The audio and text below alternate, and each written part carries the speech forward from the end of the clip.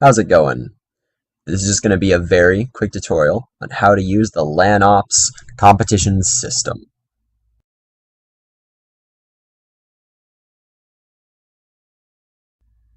Let's start with registering a user. To register a user from the LanOps launch page, simply click the Not Registered button. Put in your captain's name, your email, and then a username. Whatever your team name is, for example, would be a perfect username. Cypherbytes. It's kind of a cool team name. And then a password.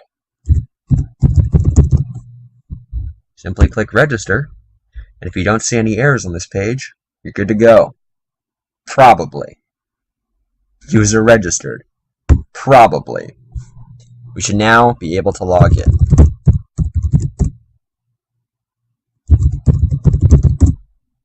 Here we are, inside the competition system. And we're ready to play. Now, let's talk about how we actually play this game. To get started, we can visit the home page if we want, but no, let's go straight to level 1 and inputting answers. So how to input answers to questions into LanOps.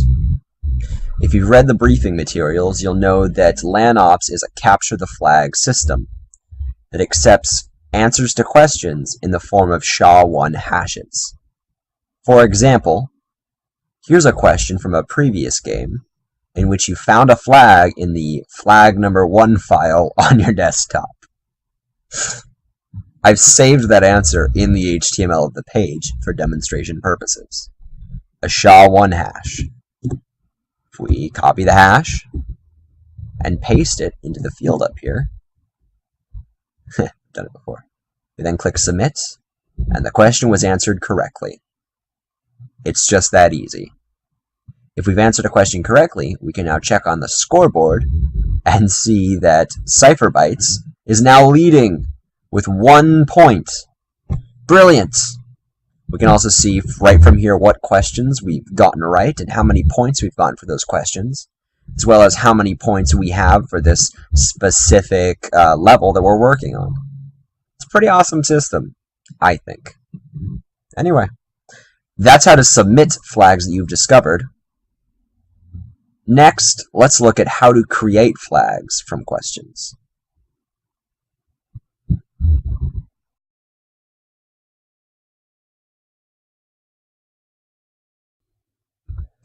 To create hashes, or flags, yourself, all you need is a terminal window. Yours will likely look significantly different than the one I have open right now, but the process remains exactly the same.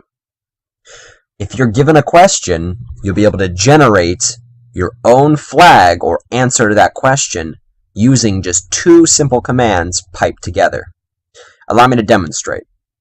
As in the briefing materials, if you're asked the question, what color does the sky appear to the human eye, you would automatically know the answer is blue. But if you were to submit the word blue to the competition system, it would not recognize that as the proper answer.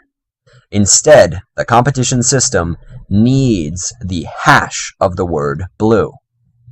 So how do we generate the hash? Just like this. Echo -n blue pipe through SHA-1 sum. And there's your answer. Of course, minus the little dash right there. Everything from the 4 to the 9. Or if we hash another word, it should be very obvious that everything from the start to the end, in this case a 4 to a 5, are the hash. Submit only the hash, and you should be good. But why the -n? The -n is actually very significant. As you'll notice now, if I remove the n and just echo blue type through SHA-1SUM, I actually get a completely different hash than the one I got the last time that I echoed blue, even though I used the same word. The reason for this is the echo command automatically includes a /n, or a new line character, when it echoes output. If we do -n, that means remove the /n, or the new line character, from the output of the echo command. Therefore, echo -n blue is actually just the word blue, whereas echo blue is the word blue followed by a /n.